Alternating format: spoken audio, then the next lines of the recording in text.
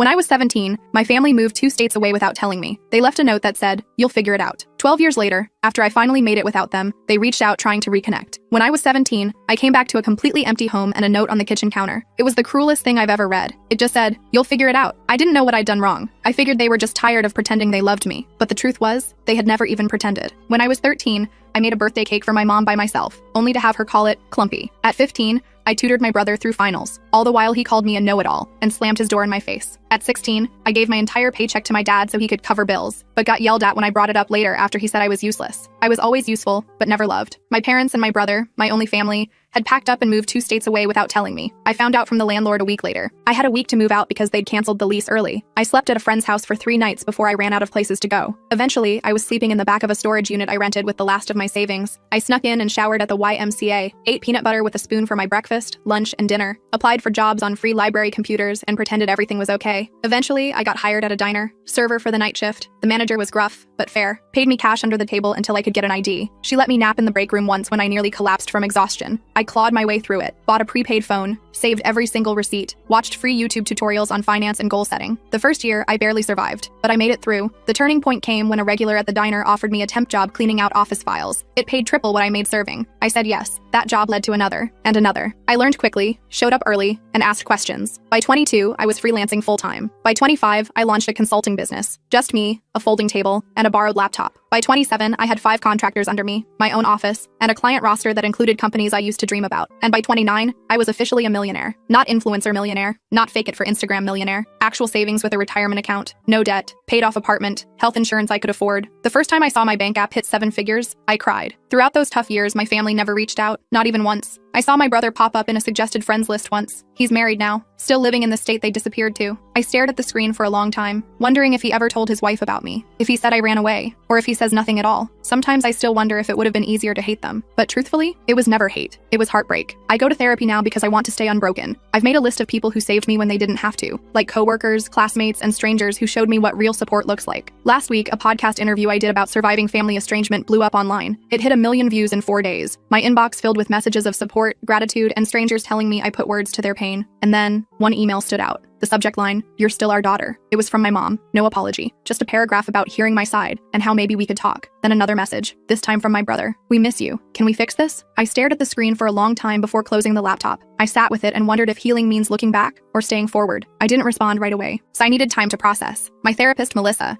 suggested I take at least a week before making any decisions. "Give yourself space to feel whatever comes up," she said during our session. "There's no rush to respond." So I did. I focused on work, went to the gym, had dinner with friends. Normal stuff. But those emails haunted me. I kept opening them, reading them, closing them again. My mom's message felt cold, clinical almost, like she was reaching out to a distant acquaintance. My brother's was shorter but somehow felt more genuine. I couldn't stop thinking about them. After 10 days, I decided to reply to my brother first. Just something simple. I wrote, "It's been 12 years. What changed?" Then I hit send before I could overthink it. His response came within an hour. He said the podcast made him realize what they'd done. He claimed he was only 15 when they left me, that he didn't have a choice, that he'd always wondered about me, that he'd looked me up online a few times over the years but never had the courage to reach out, that seeing me successful made him proud. I didn't buy it. Not completely. If he'd been so concerned, why wait until I was publicly successful? I asked him exactly that. His next email was longer. He admitted that money was tight for them, that my parents' business had failed, that his wife was pregnant with their second child, that medical bills were piling up. I felt my stomach drop. There it was, the real reason. I didn't respond for another week. Then my mom sent a follow-up email with old family photos attached. Pictures of me as a baby. Pictures of us at the beach when I was maybe 5 or 6. Pictures of me and Michael building a snowman. Happy moments that felt like they belonged to someone else's life. At the bottom of the email, she wrote, "We made mistakes. We want to make amends." I showed the emails to Melissa during our next session. She reminded me that I was in control, that I could set boundaries, that I didn't owe them anything. But she also said that closure might help me move forward, whether that meant reconciliation or a final goodbye. I nodded along, but inside I felt conflicted. Part of me wanted to tell them to go to hell. Another part wanted to understand why they left me. And a tiny, stupid part of me still wanted them to love me. I decided to meet my brother first. Just him. No parents. We arranged to meet at a coffee shop in Chicago, halfway between where we both lived. I flew in that morning, checked into a hotel, and tried to calm my nerves. I almost canceled 3 times. But at 2 p.m., I walked into that coffee shop and saw him immediately. He looked older, heavier, with a receding hairline, but his eyes were the same. He stood up when he saw me, awkward and uncertain. I didn't hug him. We just sat across from each other with our coffees, like strangers. The first 20 minutes were painful. Small talk about the weather, about my flight, about his drive. Then he started apologizing. "Emma, I'm so sorry," Michael said, his voice cracking. "I was just a kid when it happened. I didn't know they were planning to leave you behind until it was too late. I was too scared to stand up to them. I just listened, watching his face for signs of deception. He seemed sincere, but I'd been fooled before. I asked him the question that had haunted me for 12 years. Why me? Why was I the one left behind? He looked down at his coffee. They always saw you as the strong one, the independent one, the one who would be fine on your own. They thought you didn't need them as much as I did. They convinced themselves you'd be better off without them. It was the most ridiculous thing I'd ever heard. I told him about the storage unit, about eating peanut butter for weeks, about showering at the YMCA and working night shifts at 17. His face crumpled. I didn't know, he whispered. They told me you had a plan, that you wanted to stay behind, that you were going to live with a friend's family, that you'd chosen to separate from us. All lies. By the end of our meeting, I wasn't sure what to think. He seemed genuinely remorseful. He showed me pictures of his wife and daughter, told me about his job as an accountant, asked about my business, didn't directly ask for money, which surprised me. When we parted, he hugged me. I let him, but I didn't hug back. I just stood there, arms at my sides, feeling nothing. Back at my hotel, I called Melissa, told her everything. She pointed out that while my brother seemed sorry, he was still framing himself as a victim rather than acknowledging his role in my abandonment. She was right. He'd been 15, not 5. Old enough to pick up a phone, old enough to send an email, old enough to check on me at some point in 12 years. That night, my mom called. I hadn't given her my number, so Michael must have. I almost didn't answer, but curiosity won out. Her voice sounded older, raspier. She cried when I said hello, started talking about how proud she was of me, how she'd always known I would succeed, how special I was. I let her talk herself out. Then I asked her the same question I'd asked my brother. Why me? Her answer was different. We were in debt, Emma. We couldn't afford 3 mouths to feed. We knew you were smart enough to make it on your own. We figured you'd go to social services and get placed with a better family. We thought we were doing you a favor. I hung up on her, blocked her number immediately, threw my phone across the room and screamed into a pillow. The next morning, I had an email from my dad. First contact in 12 years. He didn't apologize. Instead, he wrote about how hard their lives had been, about medical bills and failed businesses, about how Michael's wife needed surgery, about how they were facing eviction. Then, at the very end, he asked if I could help the family out. Not a single question about my life, not a single acknowledgement of what they'd done. I forwarded the email to Melissa with the subject line, and there it is. She called me immediately, despite it being Sunday. We talked for an hour, about boundaries, about forgiveness versus reconciliation, about the difference between helping someone and enabling them, about what I actually wanted versus what I thought I should want. By Monday morning, I had made my decision. I emailed my brother, told him I was glad we'd met, that I understood he was in a difficult position when we were younger, that I was willing to have a relationship with him and his family, but with clear boundaries. No money, no loans, no financial support of any kind, and no relationship with our parents until they took full responsibility for their actions. His response was immediate and telling. I'm really disappointed, Emma, he wrote. Our parents really need help. Families should support each other. You're being selfish with your success. All the guilt buttons they'd installed in me as a child, pushed at once. I didn't respond. Instead, I booked an appointment with Melissa and a vacation to Bali. I needed space to process everything. 3 days later, Michael called, left a voicemail apologizing for his email, said he understood my position, said he still wanted a relationship on my terms, said he'd respect my boundaries. I listened to it twice, trying to decide if he was sincere or just changing tactics. I decided to give him one more chance, but with my guard up. I went to Bali anyway, spent 2 weeks on the beach, hiking through rice fields, and meditating. I needed the distance. When I got back, I had 6 more emails from my dad, each more desperate than the last. I didn't read past the subject lines. I also had a text from Michael asking if we could talk again. I agreed to a phone call, nothing more. The call started okay. He apologized again for pushing. I've been thinking a lot about what you told me, he said. I'm in therapy now too. I believed that part. He sounded different, less defensive. We talked about his kids, about my business, normal stuff. Then he mentioned that our parents were coming to visit him next weekend, asked if I would consider meeting them, just for an hour, in a public place. I felt my chest tighten. I'm not ready for that, Michael. He pushed a little, but backed off when I got quiet. After we hung up, I called Melissa. We had an emergency session that night. She helped me realize I was afraid of seeing them. Not because I hated them, but because I still craved their approval. Still wanted them to love me. Still wanted to be enough. It was pathetic, but it was true. I cried for an hour in her office. The next day, Michael texted again. Said our mom was crying all night after he told her I wouldn't meet them. Said our dad was talking about driving to my city anyway. I felt panicky. Blocked Michael's number immediately. Then I called my assistant and told her I was working from home for the week. Ordered groceries for delivery, basically hid in my apartment like a scared kid. On Wednesday, the doorman called up. Said there was a couple asking for me. Wouldn't give their names. I knew instantly. Told him I wasn't accepting visitors. 5 minutes later, my phone rang from an unknown number. I let it go to voicemail. It was my dad. Emma, we drove 8 hours to see you. His angry voice said, you're being childish. We deserve a chance to explain. I deleted the message and turned off my phone. Thursday morning, I woke up to someone pounding on my door. I froze in bed, heart racing, checked the peephole. It was them, my parents, standing in my hallway like they had any right to be there. Emma, please. My mom's voice came through the door. We just want to talk to you. We know you're in there. My dad added. We love you. We're sorry. I didn't open the door. I sat on the floor with my back against the wall, shaking. Eventually, they left. I called building security immediately, told them not to let those people up again. The guard sounded concerned, asked if I needed police. I said no, just don't let them up. Then I called Melissa. She came over on her lunch break, brought me a sandwich and sat with me while I cried. Told me I had every right to set boundaries, that I didn't owe them a meeting, that what they were doing was harassment, not reconciliation. After she left, I got an email from Michael. He was furious, said I'd humiliated our parents, said they were staying in a cheap motel they couldn't afford because they were so desperate to see me, said his wife needed surgery next month and they were hoping I could help, said I was being cruel. I didn't respond. Friday morning, I decided I needed to leave town for a while, booked a flight to visit my friend Rachel in Portland. She'd been one of the people who helped me when I was homeless, let me crash on her couch for a week when I had nowhere else to go. I trusted her completely. I was throwing clothes in a suitcase when my phone rang. Unknown number again.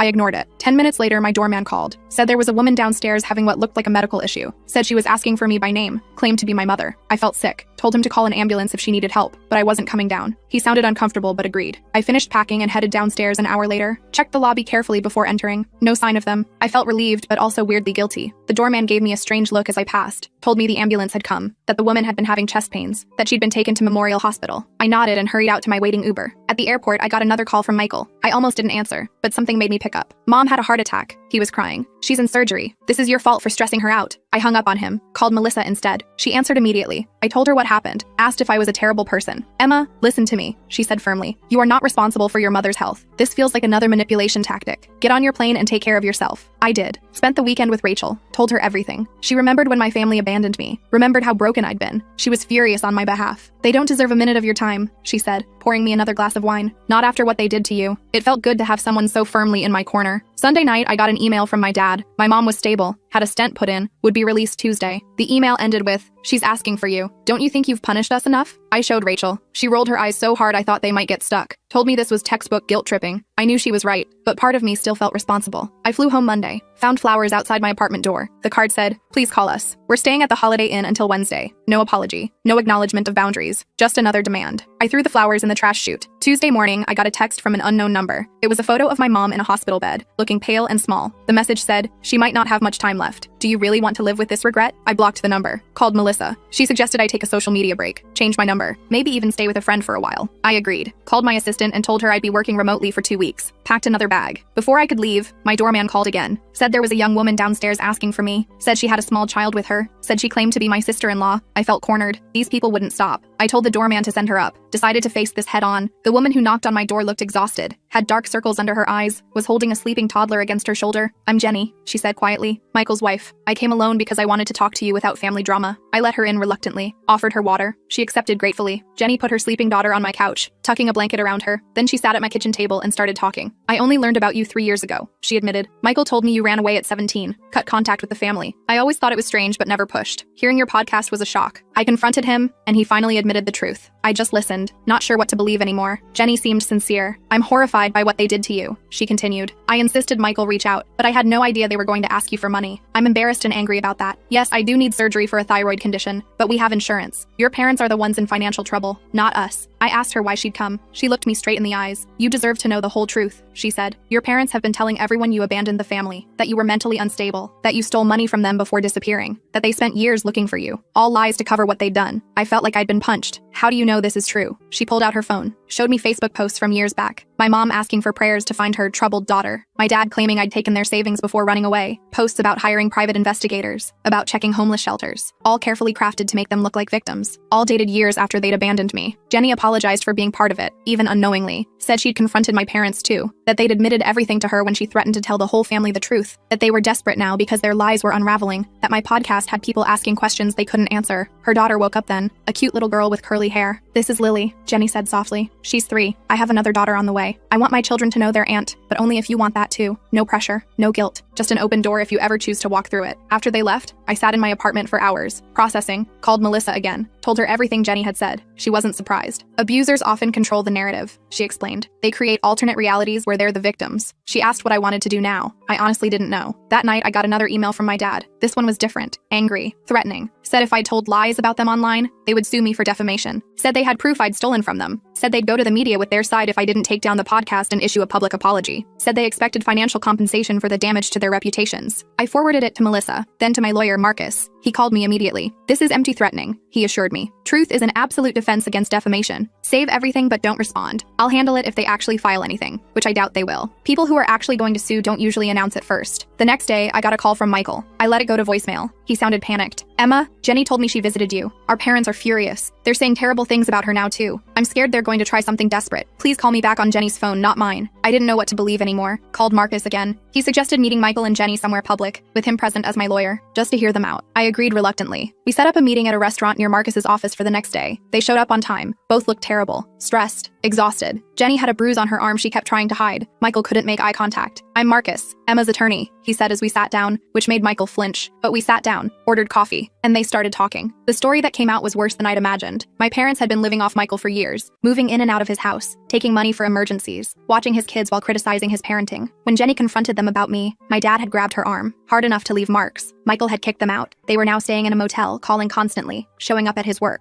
I listened without interrupting, watched my brother break down as he described how our parents had controlled him his entire life, how they'd convinced him I abandoned them, how he'd been too scared to question their version of events, how he'd been trapped in their web of manipulation and lies for 12 years, how he was terrified they would hurt Jenny or the kids. Marcus asked careful questions about financial entanglements, about house titles and bank accounts, about whether my parents had keys to their house. Michael answered everything, said they'd co-signed his mortgage, said his dad was still on his bank account from when he was in college, said they had spare keys, said they knew all his passwords. Marcus took notes, occasionally glancing at me. By the end of the meeting, I felt drained but clearer. This wasn't just about me anymore. Michael and Jenny were victims too, in their own way. Different from me, but still trapped. Marcus suggested they speak to a lawyer of their own, gave them a colleague's card, told them to change their locks, passwords, and bank accounts immediately. They nodded, looking overwhelmed but grateful. As we were leaving, Michael hugged me. This time, I hugged him back. It wasn't forgiveness, not yet, but it was something. A recognition that we'd both been damaged by the same people, that maybe we could help each other heal. That night, I got a series of increasingly unhinged texts from my parents' numbers. Accusations, threats, guilt trips. I blocked them all. Then I called Jenny, asked if they were safe. She said yes. They'd changed the locks, stayed with friends the night before, were looking into a restraining order. I felt relieved but still worried. The next morning, I woke up to my phone ringing. It was Jenny, hysterical. They broke into our house, she sobbed. They took Lily's baby photos, important documents, Michael's laptop. They left a note. Family matters should stay in the family. I told her to call the police immediately, said I'd meet them at their house, called Marcus on my way. When I arrived, there was a police car outside their house. An officer was taking statements in the living room. The place was a mess. Drawers pulled out, papers scattered. Michael was sitting on the couch, head in his hands. Jenny was pointing out missing items to the officer. I introduced myself as family, there to help. The officer seemed skeptical that grandparents would break in. Are you sure they didn't just use a key? He asked. Maybe this is a misunderstanding? Jenny showed him her bruised arm, told him about the escalating behavior, about the threats, about how they'd been stalking them. He took notes but didn't seem convinced. Said without evidence, it would be hard to prove who did this. After the police left, we cleaned up together. Found more missing things. Photo albums, financial documents, the spare key to their car. Michael looked defeated. This is my fault, he said. I should have protected my family better. Should have stood up to them years ago. Should have looked for you harder. I didn't disagree, but I didn't pile on either. We were beyond that now. Marcus arrived as we were finishing, looked around grimly, said this changed things, that we needed to document everything, that breaking and entering was a serious crime, that we should all stay somewhere else for a few days, that he'd help us file for emergency restraining orders in the morning. We nodded, too exhausted to argue. Jenny packed bags for them while Michael and I secured the house as best we could, changed locks again, checked windows, discussed security cameras. It felt surreal, taking these precautions against our own parents, but also necessary. They'd crossed a line that couldn't be uncrossed. As we were leaving, Michael got a text from our dad. Just 3 words, "We're watching you." He showed it to me, hands shaking. I took a screenshot, sent it to Marcus. Then I made a decision, told them they were coming to stay with me. My building had security, cameras, a doorman who already knew not to let our parents in. They accepted gratefully. That night, the 4 of us ate takeout in my living room. Lily played with toys Jenny had packed. We talked quietly about next steps, about restraining orders, about police reports, about changing phone numbers and email addresses, about possibly moving to a new house, about how to protect themselves long term. It wasn't the family reunion I'd ever imagined. Sitting there with the brother who'd let me be abandoned, his wife who'd believed lies about me, and their daughter who was innocent in all of this. But somehow, it felt right. Like we were finally facing the truth together. Like maybe, just maybe, we could build something new from the ashes of what our parents had destroyed. The next morning, Marcus called, said he'd filed emergency restraining orders for all of us, said we needed to appear in court next week to make them permanent, said he'd also reported the break-in to a detective he knew,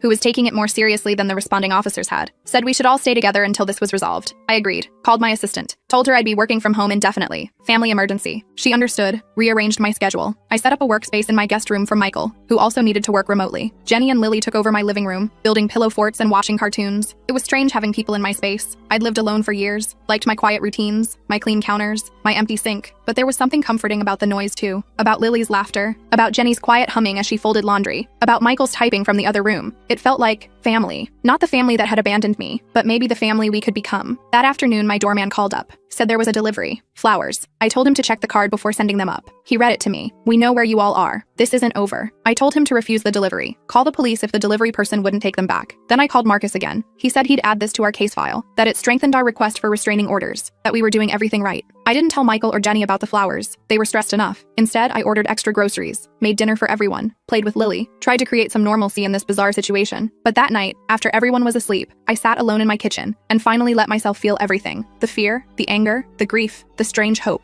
I cried silently into a dish towel so no one would hear me. In the morning, Jenny found me making coffee, asked if I was okay. I lied, said yes. She didn't believe me. Sat down at the counter. "It's okay not to be okay, Emma," she said gently. "I'm not either." Michael cries in the shower where he thinks no one can hear. Lily keeps asking when we can go home. This whole situation is terrible, but I'm grateful we're facing it together. I looked at her, this woman I barely knew who was somehow now part of my life. Asked her why she'd come to me that first day, why she'd chosen to believe me over the family she'd known for years. She smiled sadly. "I've always felt something was off about your parents, about the stories they told, about the way they controlled Michael." The podcast confirmed my suspicions. I couldn't let my daughters grow up thinking abandoning a child was ever acceptable. We hugged then, first time. It felt awkward but genuine, like the beginning of something. Not friendship exactly, not yet, but understanding. Solidarity, a shared determination to break the cycle of mistreatment that had damaged us all. The next few days fell into a routine, working, cooking, playing with Lily, checking in with Marcus, jumping at unexpected noises, flinching when phones rang, living in a strange limbo of domestic normalcy and underlying tension. We were safe but not at peace, together but still healing, family but still learning what that meant. On Friday, Marcus called with news. The detective had found evidence. Security footage from a gas station near Michael's house showed our parents' car parked there during the time of the break-in. The restraining order hearing was set for Monday. He was confident we'd get approved. We all felt relieved but still anxious, still waiting for the next escalation. It came that night. A brick through Michael's car window in the parking garage. No note this time. No need for one. The message was clear. The building security footage showed a man in a baseball cap, face carefully turned away from cameras. We couldn't prove it was our dad, but we all knew. Filed another police report, added it to our case file, tried not to let Lily see how scared we were. Sunday night, we sat together making a plan for court. What to wear, what to say, what evidence to bring, how to explain our family history without sounding crazy, how to make the judge understand the pattern of escalation, how to protect ourselves legally and physically. It felt surreal discussing our parents this way, like talking about strangers, dangerous strangers who happened to share our DNA. As we talked, my phone pinged with an email notification from my mom. Subject line, last chance. I almost deleted it unread, but something made me open it. It was short, just one line. "If you go to court tomorrow, you'll regret it for the rest of your life." I showed it to Marcus, who'd stayed for dinner. He took a screenshot, added it to our file, told me not to respond, said this kind of threat would only help our case. That night, none of us slept well. I kept checking my locks, listening for noises, wondering what my parents might do next, wondering if we were overreacting, wondering if we were underreacting, wondering how my life had come to this point. From abandoned teenager to successful businesswoman to hiding in my own apartment from the people who gave me life. Monday morning arrived with a strange calm. We dressed carefully, business casual, respectable, trustworthy. Jenny arranged for a friend to watch Lily. We drove to the courthouse in separate cars just in case. Met Marcus on the steps outside. He looked confident, briefcase in hand, told us he'd handled dozens of cases like this, that the evidence was strong, that judges took threats seriously, that we'd be protected. As we walked into the courthouse, I spotted them, my parents, standing near the entrance, looking older than I remembered, smaller somehow. My mom saw me first, made a move toward me. My dad grabbed her arm, held her back. They watched us pass, didn't speak, didn't try to approach, just stared with a mixture of anger and something else, something that might have been fear. We filed past them into the building, checked in at security, followed Marcus to the correct courtroom, sat together on a bench, waiting for our case to be called. I could feel my parents enter behind us, could sense them sitting on the opposite side of the room, could almost hear their whispered conversation. But I didn't turn around, kept my eyes forward, focused on breathing. The judge called our case. We stood, walked forward, took our places. Marcus presented our evidence calmly. The break-in, the threatening texts, the flowers, the brick, the email, the history of abandonment and manipulation. The judge listened carefully, asked clarifying questions, looked at our parents with increasing concern. When it was their turn, my parents approached the bench. No lawyer, just them. My dad spoke first, claimed we were exaggerating, that they were just trying to reconnect with family, that they'd never broken any laws, that they loved us and wanted to make amends, that this was all a misunderstanding blown out of proportion. The judge asked about the security footage, the threatening messages. My dad denied everything, said it wasn't them on the footage, said their texts were being misinterpreted, said they were the victims here, not us. My mom nodded along, occasionally dabbing at her eyes with a tissue.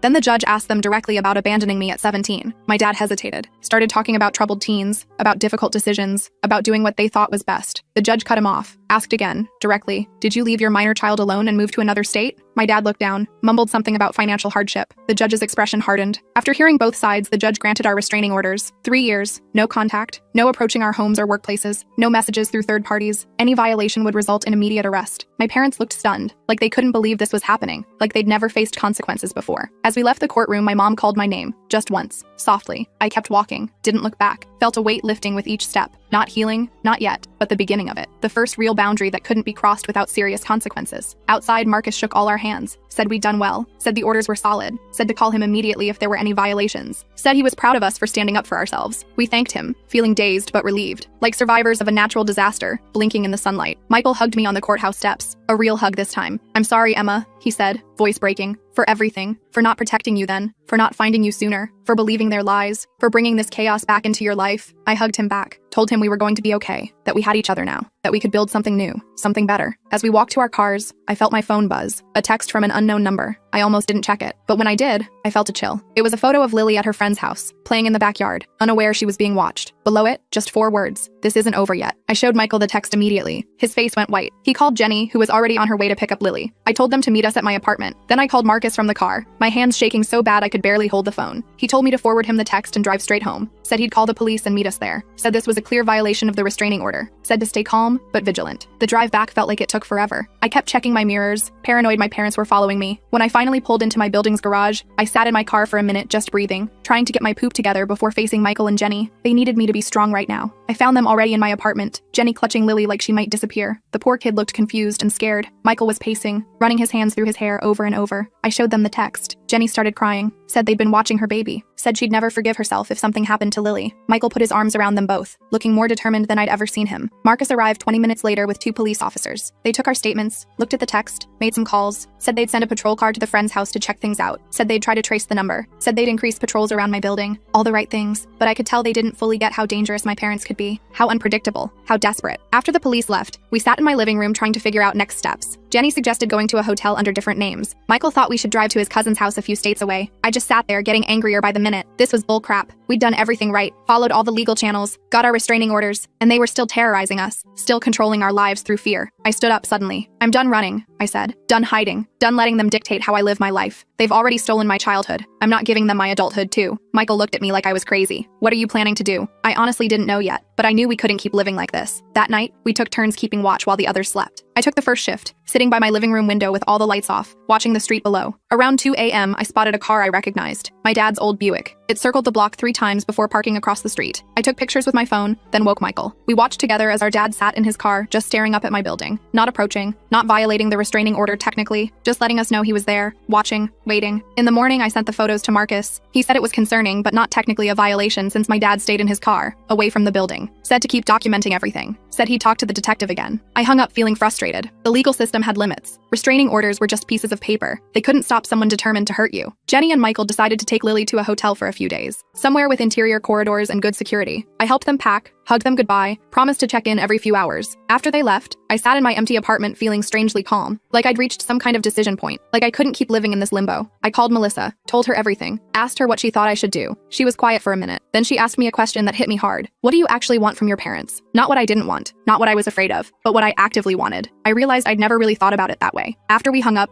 I made a list. What I wanted. 1, to live without fear. 2, to have a relationship with my brother and his family. 3, to stop feeling responsible for my parents' actions. 4, to be free of the past. Nowhere on that list was reconciliation with my parents. Nowhere was forgiveness. Nowhere was understanding why they did what they did. I just wanted to be free of them. That afternoon, I did something crazy. I emailed my parents. Just a short message. "I know you're watching my building. I know you're not going to stop. So let's talk. One last time. Tomorrow, noon. The coffee shop on 8th Street. Just me. No police. No lawyers. After that, you leave us all alone forever." I hit send before I could change my mind. I didn't tell Michael or Jenny. Didn't tell Marcus or Melissa. This was something I needed to do myself. For myself. I wasn't naive enough to think my parents would suddenly become reasonable people, but I needed to face them on my terms. Needed to say my piece. Needed to end this cycle once and for all. My dad replied within minutes. Just, "We'll be there. No threats. No guilt trips. just confirmation. I spent the rest of the day preparing, not physically, mentally, thinking about what I wanted to say, what I needed them to hear, what boundaries I needed to set. I slept surprisingly well that night, like making a decision had lifted some weight off me. The next morning, I dressed carefully, not to impress them, just to feel strong, confident. I took an Uber to the coffee shop, arriving 15 minutes early, chose a table in the back corner where I could see the door but wasn't immediately visible from outside, ordered a coffee I didn't really want, just sat there, waiting, surprisingly calm. They arrived exactly at noon, looking older than they had in court, more tired. My mom spotted me first, nudged my dad. They walked over slowly, like they were approaching a wild animal that might bolt. Sat down across from me without speaking. We just looked at each other for a long moment. These strangers who were my parents, these people who had shaped me in ways they'd never understand. I spoke first. I didn't call this meeting to reconcile, or to give you money, or to hear excuses. I called it to make you understand one thing. It's over. You've lost. Not just the court case. You've lost me, lost Michael, lost your grandchildren, lost any chance at being part of our lives. And if you can't accept that, if you keep stalking us, threatening us, trying to force your way back in, I will destroy you. My dad started to interrupt. I held up my hand. I'm not finished. Then I pulled out my phone, showed them screenshots of all their threatening messages, the photo of Lily, the emails. I've sent copies to everyone in your lives, your siblings, your church, your neighbors, your employers, everyone. Not yet, but I will if you contact any of us again. If you come near our homes, if you so much as mention our names to anyone we knew. My mom started crying. We just want our family back. We made mistakes, but we deserve another chance. We're getting older and don't want to die alone. I looked at her for a long moment. You should have thought about that before abandoning your 17-year-old daughter, before lying to everyone about what you'd done, before breaking into Michael's house, before threatening your own grandchild. My dad got angry then. You're ungrateful. You've always been difficult. You've turned your brother against us. You owe us for raising you. I just laughed. Actually laughed in his face. Do you really think you're entitled to gratitude for doing the bare minimum as a parent for 17 years before abandoning me completely? Do you think your parenting was so stellar that I should be thanking you for it? He didn't have an answer for that, just sat there, red-faced and silent. My mom was still crying, but I felt nothing. No guilt, no sympathy, just a cold clarity that these people were never going to change, never going to take responsibility, never going to be the parents I deserved. I stood up to leave. This is your last warning. Next time you violate the restraining order, I won't just call the police. I'll make sure everyone you know understands exactly what kind of people you really are. I have the resources to make your lives very difficult if you force my hand. I don't want to do that, but I will to protect my family, my real family, Michael, Jenny, Lily, the people I choose. As I walked away, my mom called after me. Do you really hate us that much? I stopped, turned around. I don't hate you. I feel nothing for you. You're strangers to me now, and that's your loss, not mine. I walked out of that coffee shop feeling lighter than I had in years, called Michael from the sidewalk, told him everything. He was upset at first that I'd met them alone, then concerned they might retaliate, but mostly he seemed relieved that someone had finally stood up to them directly, said he wished he'd had the courage to do it years ago. I went back to my apartment, packed a bag, decided to join Michael and his family at their hotel for a few days, just to be safe. When I got there, Lily ran to hug me. "Auntie Emma!" she called for the first time. I almost cried. Jenny hugged me too, said she was proud of me, said she hoped I'd finally get some peace. Michael just squeezed my shoulder, no words needed. We spent the next few days in a weird limbo, waiting for my parents to make their next move, checking our phones constantly, jumping at unexpected noises, but nothing happened. No calls, no texts, no emails, no sightings of their car, just silence. After a week, Michael and Jenny decided to go home, changed all their locks again, installed security cameras, made plans to put their house on the market, started looking at places closer to my city. I went back to my apartment too, back to work, back to something like normal life. 2 weeks passed, then a month. Nothing from my parents. Marcus checked in regularly, said the detective had confirmed they'd returned to their home state, said the restraining orders were still in effect, said we should stay vigilant but try to move forward with our lives. Slowly we did. Michael found a new job in my city. Jenny enrolled Lily in preschool. They bought a house 20 minutes from my apartment. We had dinner together every Sunday, started building new traditions, new memories, a new kind of family based on choice rather than obligation. I kept expecting to feel something about my parents, grief maybe, or guilt, or anger, but mostly I felt relief, like I'd finally put down a heavy weight I'd been carrying since I was 17, like I could finally focus on the future instead of the past. 6 months after the coffee shop confrontation, I got a letter, forwarded through Marcus so my address stayed private, from my mom. I almost didn't open it, almost threw it away unread, but curiosity won out. It was short, just a few paragraphs. No excuses this time, no demands, just an acknowledgement that they'd hurt me deeply, that they'd failed as parents, that they understood why I wanted nothing to do with them, that they were getting counseling, that they would respect the restraining orders, that they hoped someday I might be willing to hear a proper apology, but understood if that day never came. I showed it to Michael. He got a similar letter. We talked about it over dinner that night, about whether it was sincere, about whether it changed anything, about whether we could ever trust them again. We didn't reach any conclusions, just agreed to take it one day at a time, to prioritize our healing, to protect the family we were building. I keep the letter in my desk drawer, not because I'm ready to forgive, not because I want reconciliation, but because it represents something important. My parents finally recognizing my right to set boundaries, my right to choose who I allow in my life, my right to define family on my own terms. Last week, Lily had her 4th birthday party. Michael and Jenny invited me to help plan it. We had it at my apartment. Balloons everywhere. A cake I ordered from a fancy bakery. Presents piled on the coffee table. Lily running around in a princess dress, laughing. Jenny taking pictures. Michael grilling on my my balcony, friends stopping by throughout the day, so much noise, so much joy. At one point, I stepped into the kitchen for a moment alone, just watching through the doorway as Michael swung Lily around in circles, as Jenny laughed at something a friend said, as my apartment, once so empty and quiet, filled with life and love. I thought about that note on my kitchen counter 12 years ago. You'll figure it out. And I had. Not the way they meant, but I'd figured out what family should be, what love should look like, what I deserved all along. I'm not saying everything's perfect now. I still have trust issues, still go to therapy every week, still have nightmares sometimes about being abandoned, still flinch when my doorbell rings unexpectedly, but I'm healing. We all are. Building something new from the broken pieces of our past, something stronger, something chosen, something real. Sometimes people ask if I'll ever reconcile with my parents, if I'll ever let them meet Lily, if I'll ever forgive them for what they did. I don't have answers to those questions yet. Maybe someday, maybe never. But what I do know is this: I'm not defined by what they did to me anymore. I'm defined by what I built after, by the person I chose to become, by the family I chose to create, and that's enough.